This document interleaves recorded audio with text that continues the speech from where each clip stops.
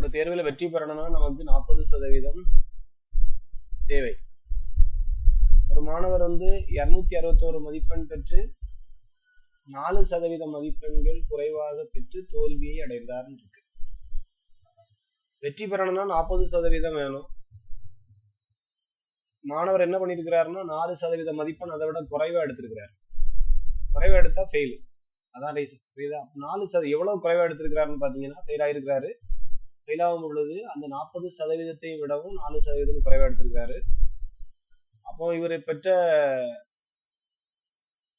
எவ்வளவு வாங்கியிருப்பாருன்னு பாத்தீங்கன்னா 40% வாங்கினா பாஸ். ஆனா அவர் வாங்கினது அதை விட கம்மியா 36% வாங்கியிருக்கிறாரு. இதான் மீனிங். முதல் லைனுடைய மீனிங் தான். எல்லாம் புரிஞ்சுதா? 40% எடுத்தா பாஸ். ஆனா அதை விட கம்மியா 4 எடுத்திருக்கிறாரு. அதனால 36% எடுத்து ஃபெயில் ஆயிருக்கிறாரு. ஸோ ஃபெயில் பர்சன்டேஜ்னு பாத்தீங்கன்னா இங்க 36%. அந்த 36 மதிப்பு எவ்வளவுன்னு பாத்தீங்கன்னா அவர் வாங்கிய மதிப்பெண் 261. 36 எதுக்கு நீங்க ஈக்குவல் பண்ணலாம்னா 261க்கு ஈக்குவல் பண்ணலாம். ஸோ 36க்கு 261. இந்த தேர்வினுடைய அதிகபட்ச மதிப்பெண் கேட்டாலே 100%. 100%க்கு கண்டுபிடிக்கணும். இவ்வளவுதான் விஷயம். இதை கிராஸ் பண்ணீங்கன்னா உங்களுக்கு எக்ஸ் வேல்யூ கிடைக்கும். எக்ஸ் மேல வந்துடும். 261 கூட 100 போகும். 36 கீழே வந்துடும். ஓகேவா? 3 6 9, 2 6 8, 8 1 9, 3 வாய்ப்பாடல கட்டாகும். 1 3 3, 2 3 6, 8 3 24, 7 3 21. இப்போ 1 2 3, 8 15, 3 வாய்ப்பாடல போகும். 4 3 12, 2 3 6, 93 27. அப்புறம் போகாது. இதை கட் பண்ணீங்கன்னா உங்களுக்கு 25. 25 29 பெருக்கும் பொழுது உங்களுக்கு என்ன வரும்னு பார்க்கணும். ஓகேவா? ரைட்.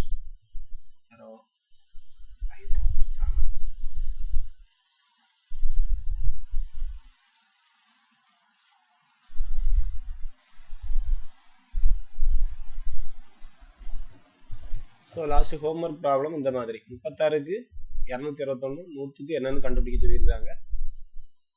இப்போ 29 25 பெருக்கணும்.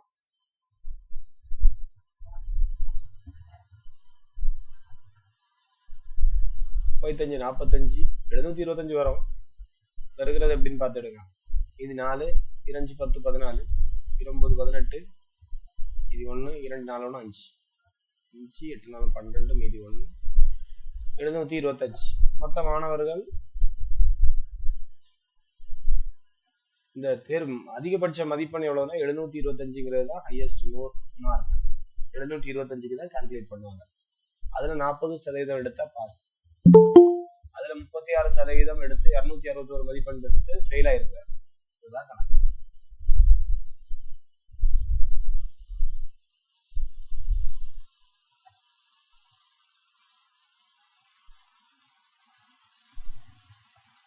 ஓகே. அப்போ ஹோம்ஒர்க் முடிஞ்சு. பிடிக்காதவங்க ஸ்கிரீன்ஷாட் போட்டு விடுங்க.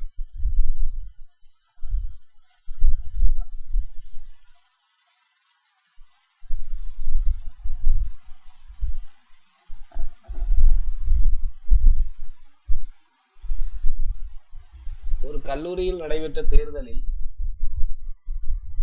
2 மாணவர்கள் போட்டியிட்டனர். ஒரு மாணவர் 55% செல்லும் ஓட்டுகளை பெற்றார். மொத்த ஓட்டுகளின் எண்ணிக்கை பதிவானது 15200.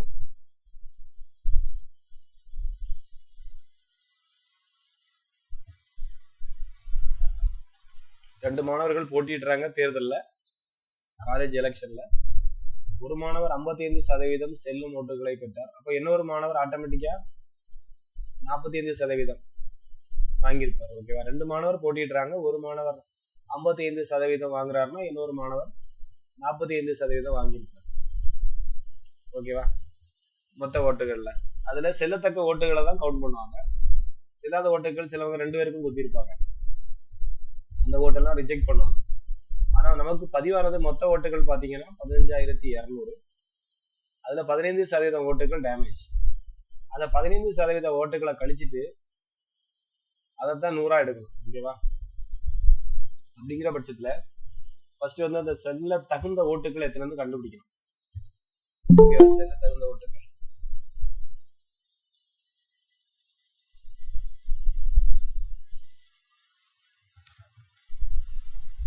ஒரு கல்லூரியில் நடைபெற்ற தேர்தல்ல 2 மாணவர்கள் போட்டியிடுறாங்க.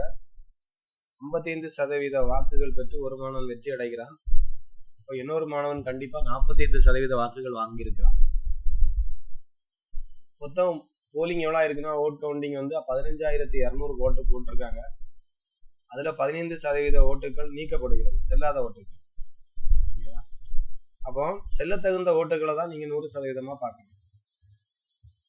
அப்படிங்கிற பட்சத்துல உங்களுக்கு செல்லும் ஓட்டுகளை ஃபர்ஸ்ட் நீங்க கண்டுபிடிக்கணும். செல்லும் ஓட்டுகள்னா செல்லாத ஓட்டுகள் 15% கண்டுபிடிச்சு கழிக்கிறதுக்கு பதிலா, ஓகேவா, இதுல 15% ஓட்டுகள் செல்லாதவை. அப்போ மீதி உள்ள 85% ஓட்டுகள் செல்லும். அப்போ நீங்க பண்ண வேண்டியது 15,200க்கு 85% போட்டீங்கன்னா செல்லக்கூடிய ஓட்டுகள், செல்ல தகுந்த ஓட்டுகள் கிடைக்கும். அந்த செல்ல தகுந்த ஓட்டுகளை தான் 100% எடுத்து அடுத்து திருப்பி சால்வ் பண்ணணும். புரியுதா? நல்ல பழங்கள் வாங்கிட்டு வந்து கொஞ்சம் பழங்கள் அழுகி போச்சுன்னு ஒதுக்கணும்ல, அதே மாதிரி இந்த இவ்வளவு டோட்டல் ஓட்ஸ்ல 15% ஓட்டுகள் ஆகாது, வேஸ்ட். இந்த வேஸ்டேஜை ஒதுக்கிட்டா மீதி நமக்கு 85% ஓட்டுகள் வந்து செல்லும். அந்த 85% ஓட்டுகளை ஃபர்ஸ்ட் கண்டுபிடிக்கணும். 152 85ஆல பெருக்கிடுவோம். 5 10 மீதி 1 5 25 1 26 மீதி 2 7 2 16 மீதி 1 8 40 41 மீதி 4.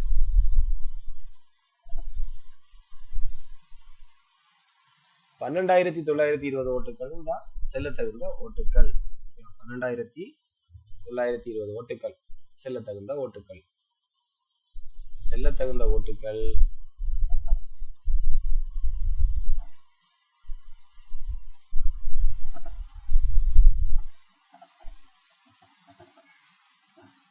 12,920. இதுலதான் ஒரு மாணவன் 55% வாங்கியிருக்கிறான், இன்னொரு மாணவன் 45% வாங்கியிருப்பான். ஓகேவா? அப்போ இந்த 12,920ல 45% ஓட்டுகள் கணக்கு போட்டு பார்த்தாலே மற்றொரு மாணவன் எவ்வளவு வாங்கியிருக்கான்னு கண்டுபிடிச்சிருவோம். ஓகேவா? டைரக்டா இப்ப ஆன்சர் வந்துடும். நீங்க இந்த 12,920க்கு எத்தனை சதவீதம் பார்த்தா போதும், மற்றொரு மாணவனுடைய சதவீதம் 45% தான் இருக்கும். அது மற்றொரு மாணவனுடைய ஓட்டுகள் எத்தனைன்னு கேட்டிருக்கிறாங்க. ஒருத்தன் 55% வாங்கியிருக்கானா மற்றவன் கண்டிப்பா 45% வாங்கினாதான் டோட்டல் 100 வரும். ஓகேவா?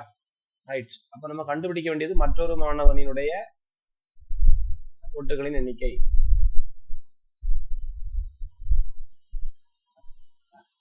மற்றொரு மாணவனின் ஓட்டுகளின் எண்ணிக்கை தான் நம்ம கண்டுபிடிக்க வேண்டியது இருக்கு.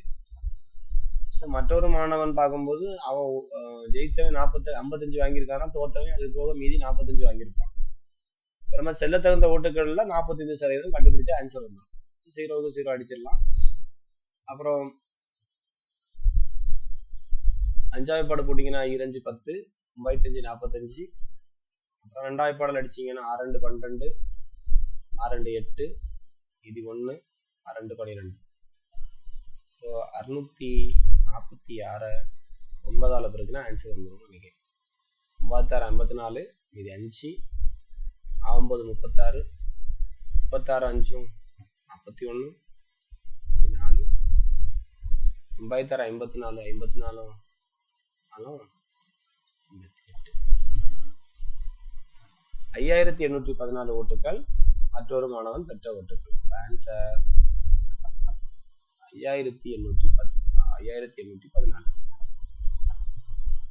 ஓகேவா? கதை புரிஞ்சா? நிறைய பேருக்கு இந்த ஓட்டு கணக்கு புரியாது. வேற ஒன்றும் இல்லைங்க, ஒரு காலேஜில் எலெக்ஷன் நடக்குது, மொத்தம் கொஞ்சம் ஒரு 15,200 ஓட்டு பதிவாகுது. அதில் கொஞ்சம் டேமேஜ், 15% ஓட்டுகள் செல்லலை. அப்போ நல்ல ஓட்டுகளை கண்டுபிடிக்கணும். 15 டேமேஜ்னா இது 85 நல்லது. அந்த 85 கொண்டு அது கூட பர்சன்டேஜ் பார்த்தீங்கன்னா உங்களுக்கு எவ்வளோ ஓட்டுகள் நல்ல ஓட்டுகள் தெரியும். இப்போ 12,920 வருது. அந்த 12,920ல தான் கவுண்ட் பண்ணுவாங்க, மீதியை ஒதுக்கிடுவாங்க. அந்த 12,920ல் 55% பெற்ற மாணவன் வெற்றி, 45% மீதி இருக்கக்கூடிய 45% தான். ஏன்னா போட்டிடுறதே 2 பேர் தான். 100க்கு தான் பார்ப்போம், அங்க 55% அவனுக்கு போயிட்டா மீதி 45% இவனுக்கு வந்துடும், தோல்வி அடைந்தவனுக்கு. தோல்வி அடைந்தவன் எவ்வளவு ஓட்டுகள் வாங்கியிருக்கான்னு கேட்டிருக்காங்க. தோல்வி அடைந்தவனுடைய பர்சன்டேஜ் 45%. மீதி நம்ம மொத்த ஓட்டுகள் பதிவானது நல்ல ஓட்டுகள் பாத்தீங்கன்னா 12,920ல் 45% பாத்தீங்கன்னா மற்றொரு மாணவன் பெற்ற ஓட்டுகளின் எண்ணிக்கை கிடைச்சிடும். முடிஞ்சா சரி, அடுத்த கணக்கு பார்ப்போம். முடிக்காதவங்க ஸ்கிரீன்ஷாட் போட்டுருங்க.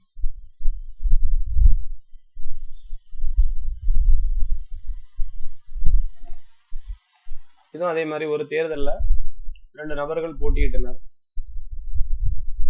68 ஓட்டுகள் செல்லாதவைன்னு அறிவிச்சிட்டாங்க. வெற்றி பெற்ற நபர் 52% வாக்குகள் பெற்று இன்னொரு நபரை விட 98 ஓட்டுகள் வித்தியாசத்தில் வெற்றி பெற்றார். எனில் அத்தேர்தலில் வாக்கான மொத்த ஓட்டுகளின் எண்ணிக்கை எத்தனைன்னு கேட்டிருக்காங்க. இந்த கணக்கை பொறுத்த வரைக்கும் வித்தியாசம் கொடுத்துருக்காங்க. வெற்றி நபருடைய பர்சன்டேஜ் கொடுத்துருக்காங்க. வெற்றி பெற்ற நபர் 52% வாங்கியிருக்கிறாருன்னா தோல்வி பெற்ற நபர் எத்தனை வாங்கியிருப்பாங்கன்னு பார்க்கணும். மொத்தம் 100, வெற்றி பெற்ற நபர் 52 வாங்கியிருக்காங்க. அப்போ ஆட்டோமேட்டிக்கலா முதல்ல நம்ம தெரிய வேண்டியது தோல்வி அடைந்தவருடைய சதவீதம். தோல்வி பெற்றவர் பர்சன்டேஜ் பார்த்தீங்கன்னா எவ்வளவு? 48%. தோல்வி அடைந்தவர் பெற்ற சதவீதம். ரைட். 2 பேருக்கும் உள்ள வித்தியாசம் கொடுத்துக்கிறாங்க. 98 ஓட்டு லீடிங்ல தான் அவன் ஜெயிச்சிருக்கான், ஃபர்ஸ்ட் உள்ளவன் 2வது உள்ளவனை விட. அப்போ இவனுக்கு அவனுக்கும் உள்ள வித்தியாசம் 98 ஓட்டுகள்ங்கிறது தெரிஞ்சு போச்சு. அப்போ நமக்கு மொத்த ஓட்டுகளும் தெரியாது, ஒன்றும் தெரியாது. அப்போ தெரியாத மொத்த ஓட்டுகளை நம்ம என்ன எடுக்கிறோம்னா எக்ஸ்ன்னு எடுத்துக்கிறோம். சரியா? இந்த பதிவான மொத்த ஓட்டுகளின் எண்ணிக்கை எக்ஸ் என்க. ஏன்னா நமக்கு போன கணக்குல ஏதோ ஒரு டேட்டா கொடுத்துருந்தாங்க, 15,000 எவ்வளவு கொடுத்துருந்தாங்க. இந்த தடவை கொடுக்கல. தெரியாத ஓட்டுகளை நம்ம எப்படிதான் எடுக்கிறோம்னா எக்ஸ்ன்னு எடுக்கிறோம். மொத்த ஓட்டுகளின் எண்ணிக்கையே டோட்டல் ஓட்டு எக்ஸ். ஓகேவா? அப்ப இந்த எக்ஸ்ல தான் என்ன நடக்க போகுதுன்னா செல்ல தகுந்த வாக்குகள் கண்டுபிடிக்கணும். கரெக்ட்.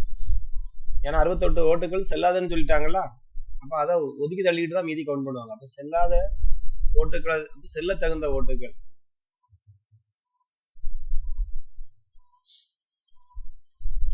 மொத்த ஓட்டுகள் எக்ஸ், செல்ல தகுந்த ஓட்டுகள் எவ்வளவுன்னு பார்க்கணும். செல்ல தகுந்த ஓட்டுகள் எக்ஸ் மைனஸ் அதை கழிக்கணும். 68 ஓட்டை கழிச்சிட்டீங்கன்னா டேமேஜ் ஓட்டு 68. இதுதான் செல்ல தகுந்த ஓட்டு. அப்ப எக்ஸ் மைனஸ் 68ங்கிறது தான் செல்ல தகுந்த ஓட்டு. அந்த ஆப்ஷன்ல கொஸ்டின்ல செல்ல தகுந்த ஓட்டுகள்னு கேட்டா கடைசியா எக்ஸ் கண்டுபிடிச்சா இதுல இருந்து 68 நீங்க கழிக்கணும். இதுல லாஜிக் இருக்கு. ஆனா கேட்டது மொத்த ஓட்டுகளின் எண்ணிக்கை, பதிவான மொத்த ஓட்டுகளின் எண்ணிக்கையும் போது நீங்க அதுல டேமேஜ் ஓட்டையும் சேர்த்து தான் நீங்க ஆன்சர்ல கொண்டு வரணும். அப்போ எக்ஸ் தான் நீங்க கண்டுபிடிக்கணும். இப்போ செல்ல தகுந்த ஓட்டுகள் எக்ஸ் மைனஸ் 68. இதுலதான் இவன் எத்தனை வாங்கியிருப்பான் கணக்கு பார்க்கும்போது கடைசியாக எண்ணி முடிக்கும் போது முதல்ல டேமேஜ் ஓட்டை ஒதுக்கிடுவாங்க. ஒதுக்கிட்டு எண்ணதுலதான் 52% வாக்குகள் அவர் பெற்றிருப்பார். இப்போ நீங்க கண்டுபிடிக்க வேண்டியது 52% ஆஃப் இந்த செல்ல தகுந்த ஓட்டுகளை தான் கணக்கு போடுவாங்க. அதுல ஒரு எக்ஸ் மைனஸ் 68 தான் நீங்க கூட சேர்க்கணும்.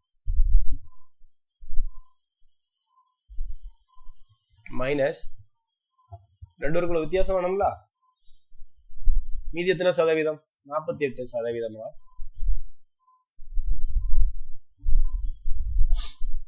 இந்த எக்ஸ் மைனஸ் 68 ஈக்குவல் டு 2 பேருக்குள்ள வித்தியாசம் 98.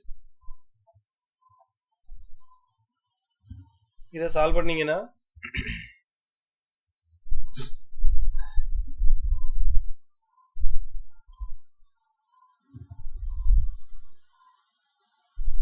எக்ஸ் மைனஸ் 68 வெளியே எடுத்துட்டீங்கன்னா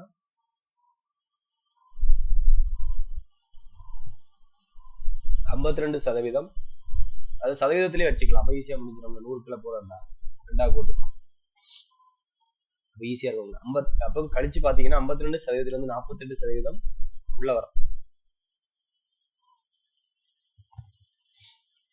ஏன்னா நீங்க வெளியே எடுத்திருக்கிறது x மைனஸ் 68 வெளியே எடுத்துட்டீங்க, ரெண்டையும் காமனா இருக்கு வெளியே எடுத்தீங்க. மீதி இங்க ஒரு 52%, அங்க ஒரு 48%, ரெண்டையும் கழிக்கிறோம். x மைனஸ் 68 நீங்க 52% 48% கழிச்சீங்கன்னா 4%.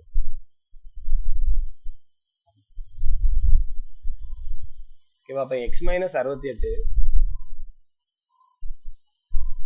பெருக்கல் 4%, உங்களுக்கு தெரியும் 4/100 என்னவாங்க.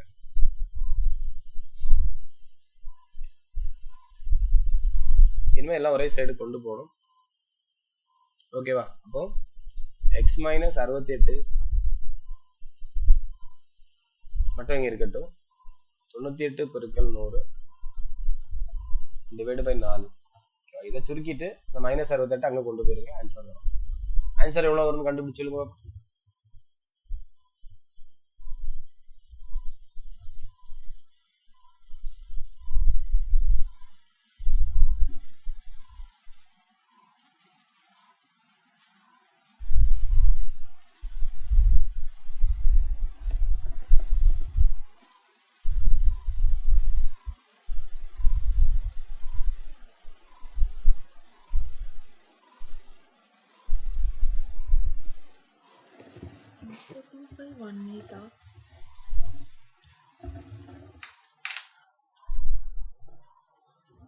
யாரும் தூங்கிட்டா இருக்கிறீங்க?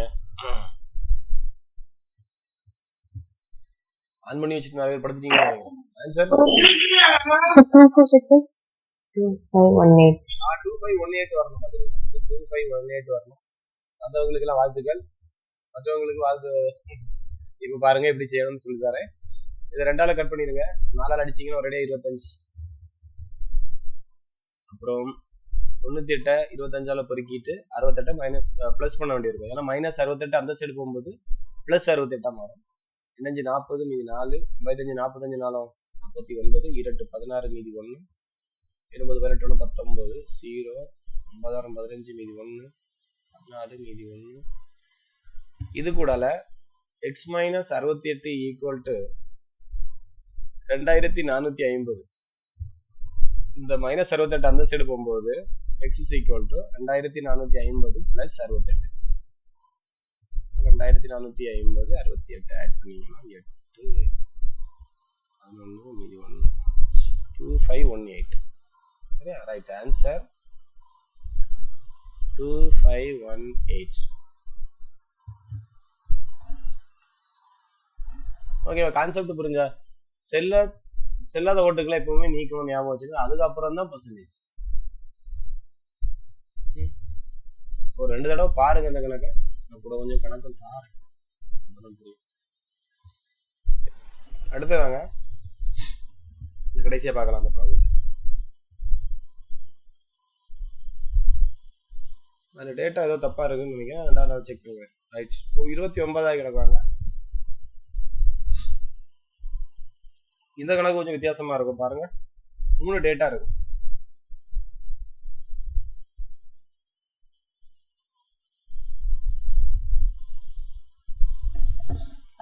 ஒரு தொழிற்சாலையில 40% ஊழியர்கள் பள்ளி படிப்பை முடித்தவர்கள், ஸ்கூல் எஜுகேஷன் முடிச்சவங்க 40%.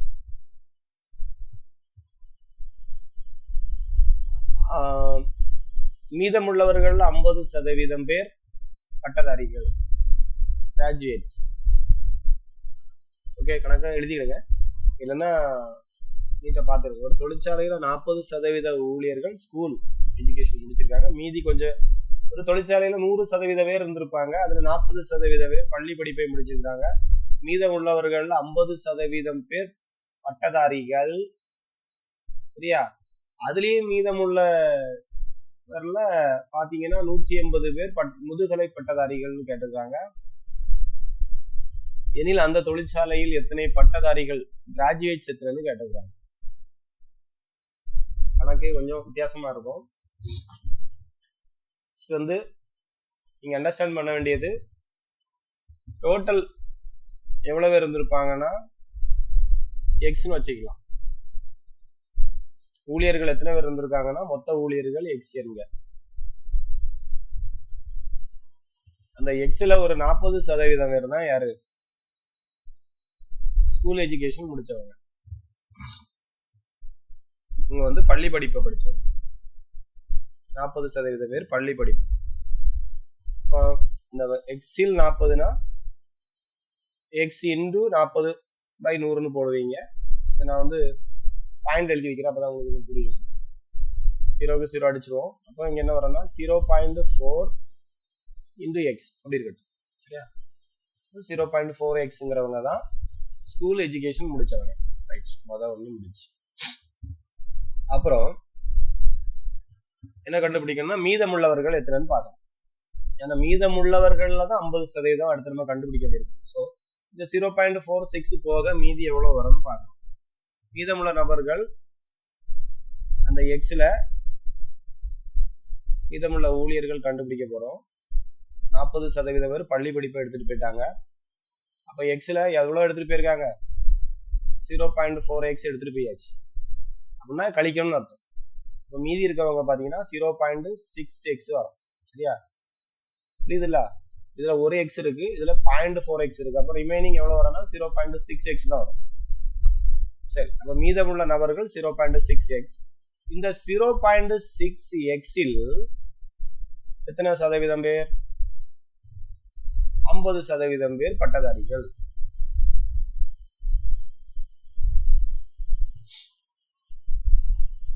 கிராஜுவேட்ஸ். அப்போ 0.6ல 50%னாலே அதுல பாதி. சரியா? 5030 என்ன 2 டிஜிட் தள்ளி புள்ளி வச்சிருங்க. உங்களுக்கு என்ன வரனா 1/2ன்னு கூட இதை எடுத்துக்கலாம். இதுல பாதி எவ்வளவு வரனா 0.38. 0.6x வரும்ல, 0.6. அப்போ உங்களுக்கு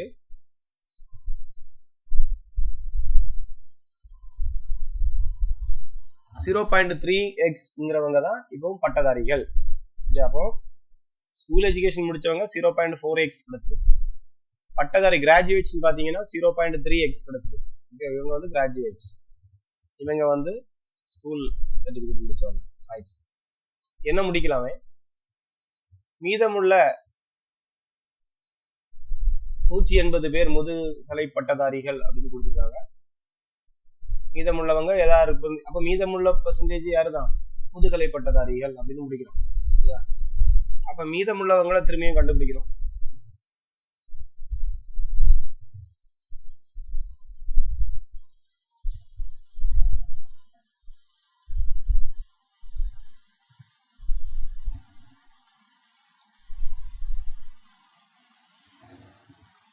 இந்த 0.6ல எவ்வளவு பேர் இருக்காங்க? 50% போய் 0.3x வந்திருக்கு. அப்ப என்ன ஒரு இதுல மீதி எவ்வளவு இருக்கும்னு பார்க்கலாம். இவங்க ரெண்டு பேர்லையும் பார்க்கணும். ஓகேவா? மீதமுள்ளவர்கள்னு பாத்தீங்கன்னா ஏற்கனவே 0.4 போய் அதுல 0.6 மீதி இருந்தாங்க. கரெக்டா? பள்ளி படிப்பு முடிச்சுட்டு பள்ளி படிப்பு முடிச்சவங்க 0.4 0.6 மீதி இருந்து அந்த 0.6ல பட்டதாரிகள் 50% எடுத்துட்டு போயிட்டாங்க. 0.3ங்கிறத எடுத்துட்டு போயிட்டாங்க. இப்போ மீதி உள்ளவர்கள் எவ்வளவு பேர் தான் இருப்பாங்கன்னா இந்த 0.6ல பாதி எடுத்துட்டு போயாச்சு. அப்போ மீதி உள்ளவர்கள்னு பாத்தீங்கன்னா ஒரு 0.3x இருப்பாங்க. ஓகேவா? இவங்க தான் யாரும் முதுகலை பட்டதாரிகளா நம்ம அசியூம் பண்றோம். மீதி இருக்கவங்க அவங்க தானே முதுகலை பட்டதாரிகள், போஸ்ட் கிராஜுவேட்ஸ். பிஜி முடிச்சவங்க 0.3. அதனுடைய வேல்யூவும் கொடுத்துட்டாங்க. எவ்வளவு கொடுத்துருக்காங்க? 180 பேர்னு கொடுத்துருக்காங்க. அப்போ 0.3x தான் 180ன்னு எடுக்கணும். எடுத்துட்டு இதுல இருந்து எக்ஸ் கண்டுபிடிச்சிடலாம். 180/0.3ன்னு வரும். உள்ளே ரிமூவ் பண்றதுக்கு மேலேயும் கீழேயும் பெருக்குவோம். இல்லைன்னா 3/10ன்னு போட்டு 10 மேல கொண்டு போய்க்கலாம். சரி, நீங்க புள்ளியை ரிமூவ் பண்றதுக்காண்டி மேலேயும் கீழேயும் பெருக்கிடுங்க. 10ஆல மேல 1800 கீழே 3 வரும். விட்டுனீங்கன்னா 600 வரும். அப்போ டோட்டல் ஊழியர்கள் பாத்தீங்கன்னா 600 பேர். டோட்டல் ஊழியர்கள்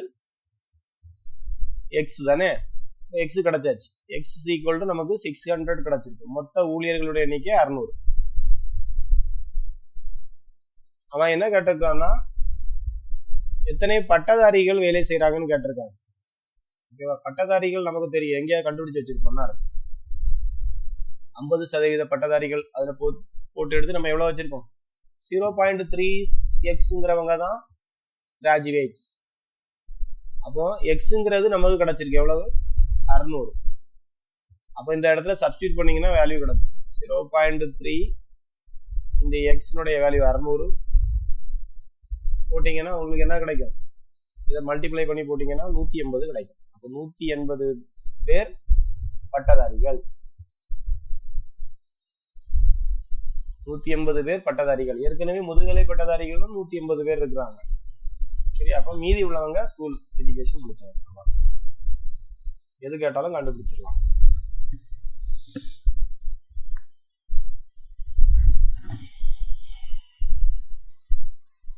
கரெக்டா கூட்டி பாருங்க, கரெக்டா 600 வரும். இவங்களுக்கு ஒரு 180, அவனுக்கு ஒரு 180, அப்புறம் அந்த முதல்ல ஒரு ஸ்கூல் எஜுகேஷன் 0.4, 4 24 240. டோட்டல் கவுண்ட் பண்ணி பாருங்க, கரெக்டா 600 வரும். 8 16 16 மீதி 2 600 வரும். ஓகேவா? இந்த கணக்கு தான் கொஞ்சம் கஷ்டமான கணக்குல. ஃபர்ஸ்ட் நீங்க அசியூம் பண்றது டோட்டல் ஊழியர்கள் எக்ஸ்னு எடுத்துக்கிட்டோம், தெளிவா வரணும். அதுல 40% ஊழியர்கள் ஸ்கூல் எஜுகேஷன் முடிச்சவங்க. 40% 40/100 போட்டு நான் பாயிண்ட் எழுதியிருக்கிறேன்.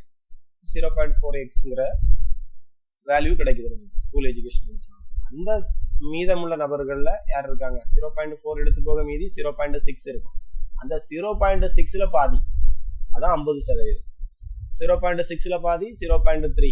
அப்போ மீதி ஒரு 0.3 இருக்கும். அவங்க தான் மீதி இருக்கக்கூடிய முதுகலை போஸ்ட் கிராஜுவேட்ஸா இருப்பாங்க. அப்போ 0.3x 180க்கு ஈக்குவல் பண்ணிருக்கேன். இதுல இருந்து எக்ஸ் கண்டுபிடிக்கிறேன். அப்போ டோட்டல் ஊழியர்கள் கிடைச்சிருவாங்க.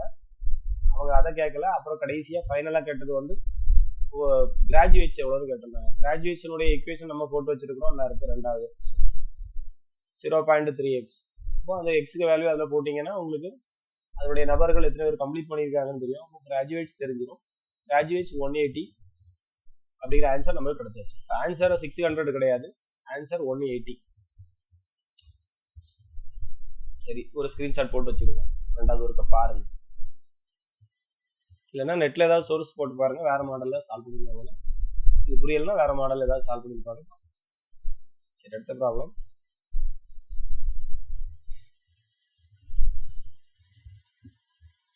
எல்லாம் யோசிச்சு செய்யறது மாதிரி தான் இருக்கும் ப்ராப்ளம். கொஸ்டின்ஸ்ல கேட்கறது அப்படிதான் இருக்கும். ரொம்ப ஈஸியாலாம் கேட்க மாட்டாங்க. இந்த பெர்சன்டேஜ் ப்ராப்ளம் மட்டும் கொஞ்சம் யோசிச்சு போடுற மாதிரி இருக்கும். அதனால எல்லா மாடலையும் ஒன்று பார்த்து வச்சுக்கிட்டா பெட்டர்.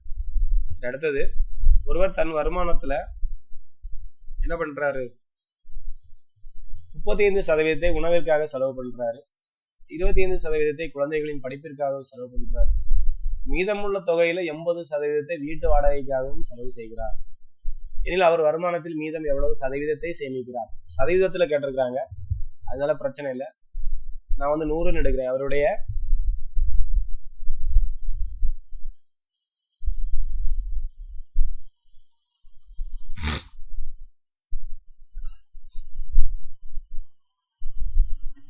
ஒருவர் தன் வருமானத்தை வந்து 100ன்னு எடுக்கிறேன். அப்ப இந்த கணக்கு ஈஸியா முடியும். கொஞ்சம் யோசிச்சு பாருங்க, ஏதாவது ஐடியா கிடைக்குதா? 100ன்னு போட்டு செய்யுங்க, இல்லை உங்களுக்கு தெரிஞ்ச மாதிரி செய்யுங்க. ஏதோ கொஞ்சம் போலையாவது கணக்கை வாசிச்சு ஏதாவது புரிய முடியுதான்னு ஃபர்ஸ்ட் பாருங்க.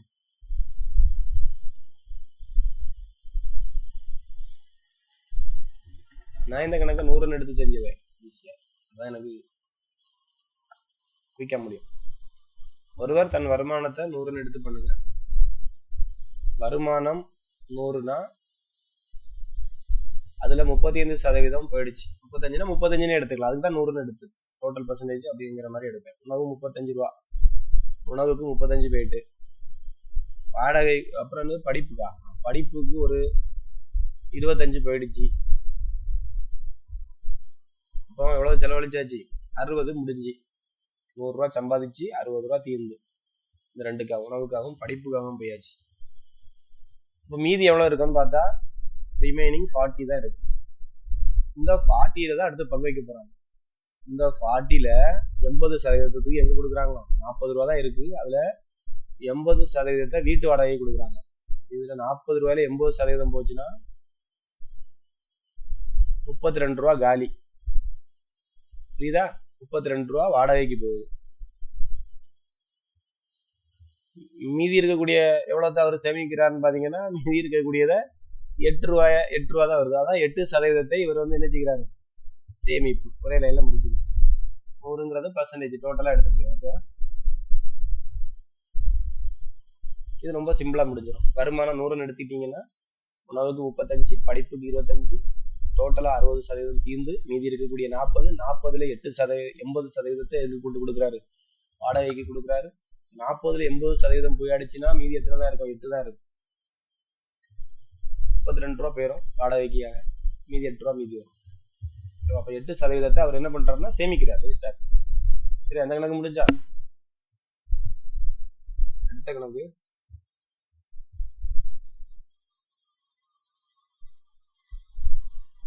இது நம்ம அங்க உள்ள கணக்கு. இதுக்கு முந்தின பாடம் ப்ராஃபிட் லாஸ் பார்த்தோம்னா அங்கேயும் பர்சன்டேஜ் வந்ததுனால அந்த பர்சன்டேஜ் ப்ராப்ளம் இங்கேயும் வரும். ஓகேவா? ஸோ அதனால அவங்க ஒருவேளை அந்த ப்ராப்ளத்தை அங்கே பார்த்து எடுக்காட்டாலும் இங்கே பார்த்து எடுத்துருவாங்க. இந்த பர்சன்டேஜ் கணக்கு தேடும் பொழுது அந்த ப்ராஃபிட் லாஸ் இங்கே மாட்டிக்கணும். சரி, இதுல என்னன்னா ஒரு பொருளின் விலை முதல்ல 10% அதிகரிக்குது, மீண்டும் 20% அதிகரிக்கிறது. மொத்தம் அதிகரித்த விலை ரூபாய் 33. அடக்க விலை கேட்டிருக்காங்க, காஸ்ட் பிரைஸ் கேட்டிருக்காங்க. ஸோ காஸ்ட் பிரைஸ் நான் எக்ஸ்ன்னு எடுக்கிறேன். இதை தான் அதிகரிப்பாங்க வச்சு வாங்கி கொண்டு வச்சு அது வரை கூட்டி கூட்டி வியாபாரம் பண்ணுவாங்க. அந்த எக்ஸை வந்து முதல் என்ன பண்றாங்கன்னா 10% அதிகரிக்கிறாங்க. அது நம்ம கூட்டுவட்டி மாடல்ல தான் போடுவோம். இதை ஞாபகம் வச்சுக்கோங்க. கூட்டுவட்டி தொடர் அதிகரிப்பு எல்லாமே கூட்டுவட்டி தான், வட்டிக்கு வட்டி. அதே மாதிரி தொடர் அதிகரிப்புக்கு எந்த கான்செப்ட்ல போடுறோம்னா இந்த கான்செப்ட்ல தான், கூட்டுவட்டி கான்செப்ட்ல போடுவோம். கூட்டி வட்டி கான்செப்ட் என்ன போடுவோம்னா 10% என்ன போடுவோம், 110/100ன்னு போடுவோம். ஞாபகம் வருதா?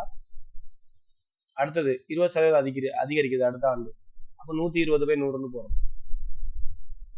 அதிகரிப்புன்னா கூட்டி எழுதணும், குறைவுன்னா குறைச்சி எழுதணும். அப்படி மொத்தம் அதிகரிச்ச விலை எவ்வளவுன்னு பாத்தீங்கன்னா, மொத்தமா அதிகரித்த விலைன்னு பாத்தீங்கன்னா 33 ரூபா அதிகரிச்சிருக்கு.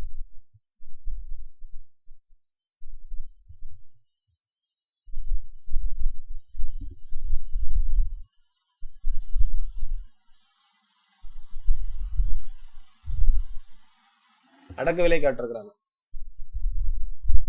இதை சுருக்குனீங்கன்னா உங்களுக்கு ஆன்சர் கிடைக்கும். ஒரு 11 எக்ஸ் இஸ் ஈக்குவல் டு 300/12 வருதோ. இதை வெட்டி இல்லாம இன்னும் 1 3 3 4 3 12 1 4 4 25 எக்ஸ் ஈக்குவல் டு 25. அப்போ அடக்க விலை 25 ரூபா. மொத்தம் அதிகரித்த விலை கடைசியா நமக்கு கிடைச்ச அடக்க இந்த அதிகரிச்சு மொத்த விலை போட்டது 33 ரூபா.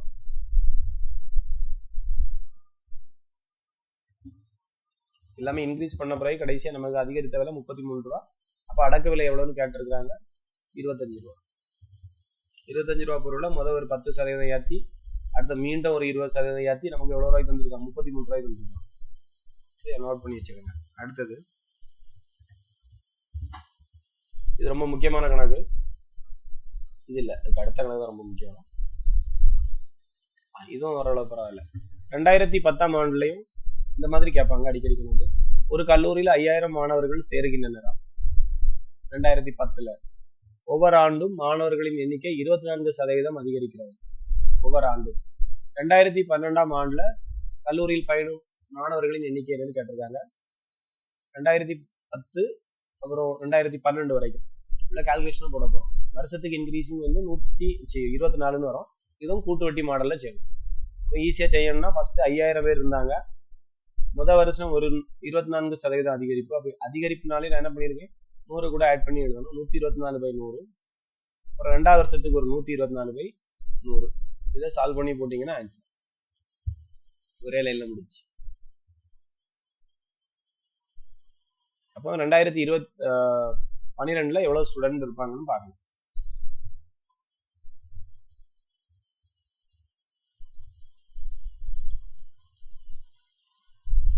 124 62ஆல பெருக்கி போட்டீங்கன்னா ஆன்சர். 7 8 2 4 2 6 24 மீதி 2 12 2 14 மீதி 1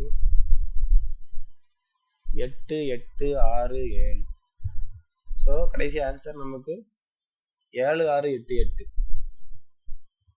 7688 மாணவர்கள் இருந்தாங்க. ரைட், முடிக்காதவங்க ஸ்கிரீன்ஷாட் போட்டுருங்க. அடுத்த என்ன பேரும்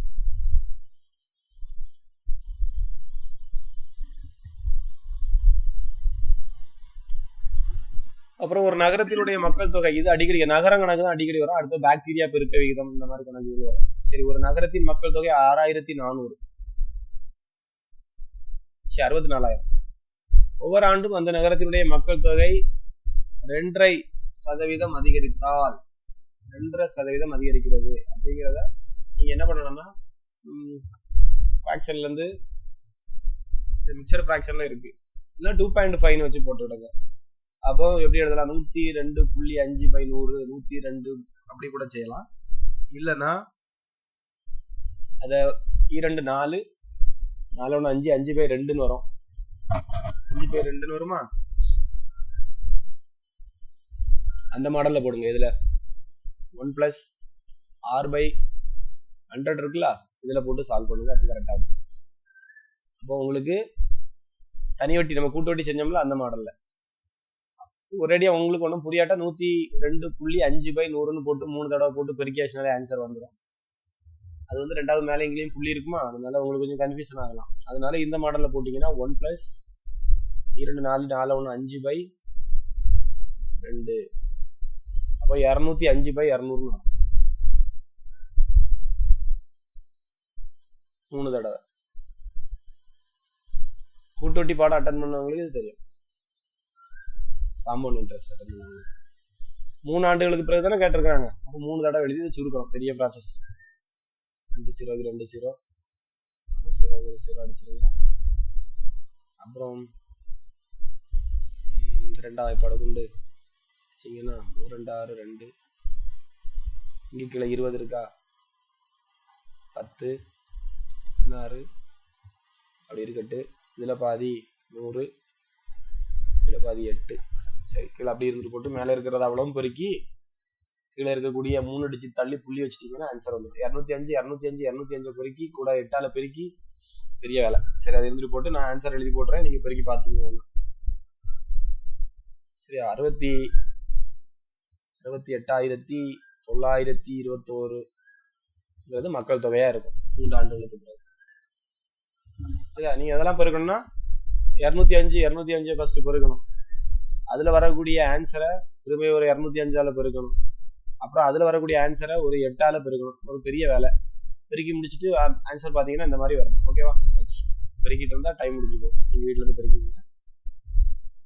அடுத்த கணக்கு லாஸ்ட் கணக்கு வச்சுக்கலாம். 2 ஆண்டுகளுக்கு முன்பு ஒரு கிராமத்தின் மக்கள் தொகை இந்த மாதிரி இருந்தது. 2 வருஷத்துக்கு முன்னாடி போ ஒவ்வொரு ஆண்டும் மக்கள் தொகை 4% குறைகிறது. நான் சொன்னோம்ல, குறைவு சதவீதம்னா நம்ம இதுவரைக்கும் அதிகரிக்கிறது பார்த்தோம், 100க்கு மேல கூட்டி போட்டோம். இங்க 4% குறைவு சதவீதம். நல்லா நோட் பண்ணணும். குறைந்தால் இருக்கு, குறைந்தால்னா குறைக்கணும். அப்போ 62,500 பெருக்கல் 4 குறைச்சா 96/100. புரியுதா? இப்படி 2 வருஷத்துக்கு கண்டுபிடிக்கும். 2 வருஷத்துக்கு முன்னாடி இருந்து இப்ப வரைக்கும். அப்ப 2 தடவை பெருக்கணும். 4% குறைக்க சொல்லிடுங்க. மேல 4% குறைச்சிடும். இப்ப இதை சுருக்கி போடுங்க, ஆன்சர் வரும். சரியா? 96 பெருக்கி அதை 625 கூட பெருக்கி 2 0 தள்ளி புள்ளி வைக்கணும்.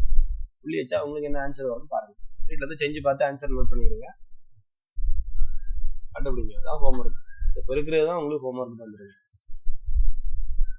சரியா? பெருக்கிட்டு ஆன்சர் அனுப்பிவிங்க. இன்னைக்கு இதோட முடிச்சுக்கலாம். நாளைக்கு கொஞ்சம் ஈஸியான மாடல். இதை நிறைய தடவை கேட்பாங்க. அடுத்த நாள்ல இருந்து அதை பார்க்கலாம். லாஸ்டா கொஞ்சம் கரண்ட் அஃபேர்ஸ் பார்த்து முடிச்சுக்கணும். ஓகேவா? அப்பா இதை ஹோம்ஒர்க் நீங்க பெருக்கி என்ன ஆன்சர் வரன்னு போடுங்க. சரியா? ரைட்.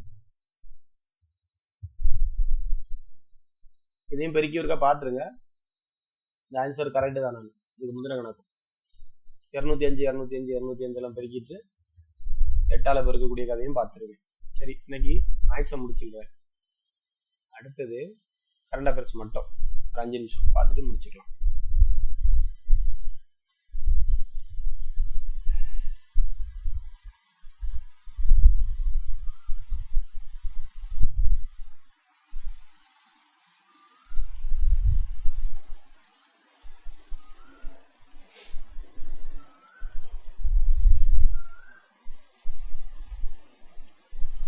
புதுசா ஒரு 5-6 பாயிண்ட் ஆட் பண்ணியிருக்கேன்.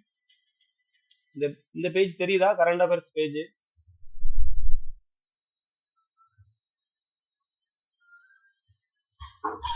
Yes sir. ஓகே. பாருங்க, கடலூர் மாவட்டம், இது 2025 நடந்த சம்பவம் தான் கடைசியா. இந்த கடலூர் மாவட்டத்துல ஒரு அகழ்வாராய்ச்சி நடக்குது. இந்த அகழ்வாராய்ச்சி சம்பந்தமாக ஒரு கொஸ்டின் கரண்ட் அஃபேர்ஸ்ல கேட்டுக்கிட்டே இருக்கிறாங்க. இந்த அகழ்வாராய்ச்சியில எந்த ஏரியாவில் நடந்துச்சுன்னா கடலூர் மாவட்டம், மருங்கூர். கடலூர் மருங்கூர் மாவட்டம். மருங்கூர்ல அகழ்வாராய்ச்சியில ஒரு கத்தி கண்டுபிடிச்சிருக்காங்க. எப்படி கேட்பாங்கன்னா கொஸ்டின், ஒரு இரும்பு கத்தியை இல்லைன்னா இந்த இதுல என்ன கிடைச்சுன்னு சொல்லி ஆப்ஷன்ல வச்சிருப்பாங்க. இல்லைன்னா இரும்பு கத்தியை கண்டுபிடித்த இடம் எங்க அப்படின்னு கேட்பாங்க. ஒரு 13 சென்டிமீட்டர் நீளமுள்ள இரும்பு கத்தியை தற்போது கண்டுபிடிச்சாங்க. எந்த ஆராய்ச்சியில கிடைச்சி? கீழே ஆப்ஷன்ல கடலூர், மருங்கூர், அப்புறம் பொற்பனை கோட்டை அப்படின்னு வேற வேற அகழாராய்ச்சி தளங்களை குறிப்பிடுவாங்க. நமக்கு கரெக்டா மருங்கூருங்கிறத ஞாபகம் வச்சுக்கோங்க. கடலூர் அல்லது மருங்கூர்னு கொடுத்திருப்பாங்க. 13 சென்டிமீட்டர் நீளமுள்ள இரும்பு கத்தி கண்டெடுக்கப்பட்டது. அது கூட கடலூர் மாவட்டத்துல பன்ருட்டி அருகே உள்ள மருங்கூர் தான் இது.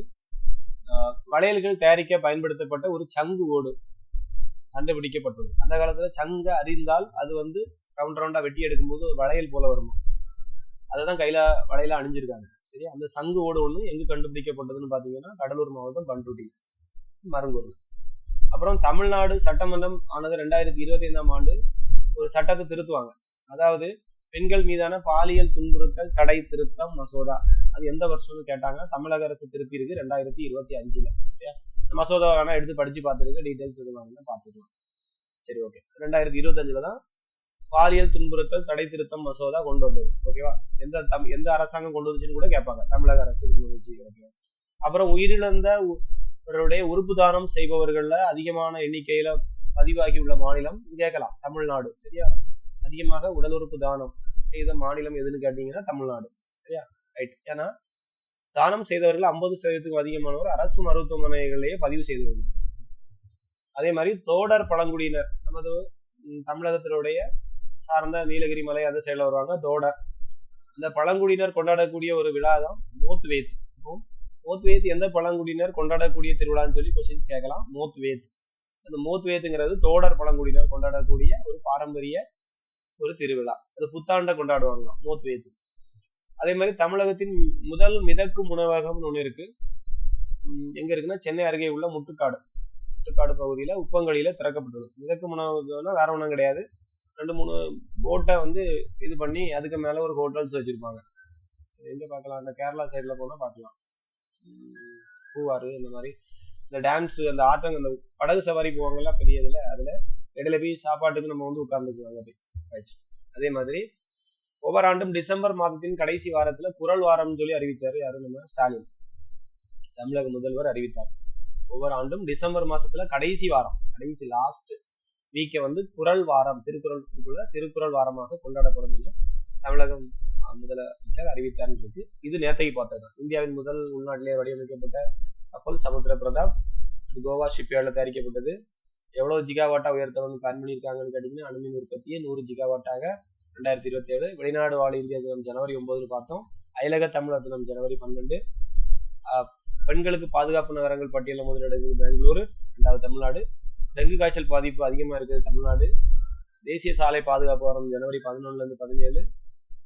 அப்புறம் இந்த வெனிசுலாவில் அவருக்கு மரியானா மச்சடோவா அங்கிறவங்க வெனிசுலாவினுடைய எதிர்கட்சி தலைவராக இருக்காங்கன்னு நினைக்கிறேன். அப்புறம் அவங்களுக்கு தான் அமைதிக்கான நோபல் பரிசு கிடைச்சி. அதை இப்போ யாருக்கு ஷேர் பண்ணியிருக்காங்கன்னா ட்ரம்புக்கு ஷேர் பண்ணியிருக்காங்க. குறுங்கோள் MN45 பார்த்தீங்க. அப்புறம் இந்த வெய்மர் ட்ரையாங்கிள் இருக்கக்கூடியது போலந்து, பிரான்ஸ், ஜெர்மனி. ஷைன் ஸ்கீம்னா பெண்களுக்கு முன்னேற்றத்திற்காக பிஸ் கொண்டு வந்தது. பிஸ்ங்கிறது தர நிலை வாரியம். அவங்களுடைய 79வது ஸ்தாபனம் தொடக்க தினமாக சைன் திட்டத்தை கொண்டு வந்தாங்க. அசாதார் தெரியும், 12 டிஜிட் நம்பர். அப்புறம் சென்னையில ஏற்பாடு பண்ணியிருக்காங்க. என்னது? உலக தமிழ் புலம்பெயர்ந்தோர் தினம் கொண்டாட்டம் சென்னையில நடந்துச்சு 11/12. அப்புறம் NLC இந்தியா லிமிடெட்டுக்கு ஸ்கோச் தங்க விருது கிடைச்சிருக்கு. திருவள்ளூர் இந்த விருதுகளை திருப்பி என்ன கேட்கிறேன். அண்ணா விருது துரைமுருகன், இது இப்போ கண்டிப்பா ஒரு கொஸ்டின் வரும். திருவள்ளுவர் விருது பாத்தீங்கன்னா சத்யவேல் முருகானந்த். அப்புறம் பெரியார் விருது அருள்மொழி. அண்ணல் அம்பேத்கர் சிந்தனை செல்வம். காமராஜருக்கு இதேதுல்லா. பாரதியார் விருதுக்கு ஜெயந்தா, நெல்லை ஜெயந்தா. பாவேந்தர் பாரதிதாசனுக்கு யுக பாரதி. தமிழ் தென்றல் தெரிவிக்கா இவே இறையன்பு. விஸ்வநாதம் விருது செல்லப்பா, முத்தமிழறிஞர் கலைஞர் விருது விடுதலை விரும்பி. சரியா, இது வரைக்கும் பார்த்துருக்கோம். இன்னைக்கு இது நீங்க வேணா ஃபுல்லா வாசிச்சிருங்க. ரைட்டுப்பா, கிளாஸை முடிச்சுக்கிறேன். இந்த வாரம் எக்ஸாமுக்கு இதெல்லாம் உண்டு. நான் என்னெல்லாம் கிளாஸ்ல எடுக்கிறேனோ, எதெல்லாம் ரிவைஸ் பண்ண சொல்றேனோ எல்லாமே எக்ஸாமுக்கு உண்டு. Saturday Sunday. சரி, அப்போ ஈவினிங் கிளாஸ் இன்னைக்கு வந்து பாலிட்டி பார்க்கலாம். ஓகேவா, பாலிட்டியும் அப்புறம் வேற ஏதாவது தமிழ்ல வேற ஏதாவது டாபிக் பொருள் தருக பார்க்கலாம். அப்போ அந்த பிரித்தெழுதுக படிச்சிட்டீங்களா? மெட்டீரியல் வந்து கொடுத்துட்டேன். பிரித்தெழுதைக்குள்ள மெட்டீரியல் கொடுத்துட்டேன். இன்னைக்கு பொருள் தருகைக்குள்ள மெட்டீரியல் அப்லோட் பண்ணுவேன். ஓகேவா, படிச்சிருங்க, வெரைட்டி படிங்க. திருக்குறள் இந்த பிரித்தெழுதையை ஃபுல்லா படிங்க. ரைட், இன்னைக்கு கிளாஸ் முடிச்சுக்கிறேன். Thank you student. ஏதாவது டவுட் இருந்ததுன்னா செப்பரேட்டா மெசேஜ் போட்டுருங்க, இல்லை கால் பண்ணி கேளுங்க. ஓகே, பாய்.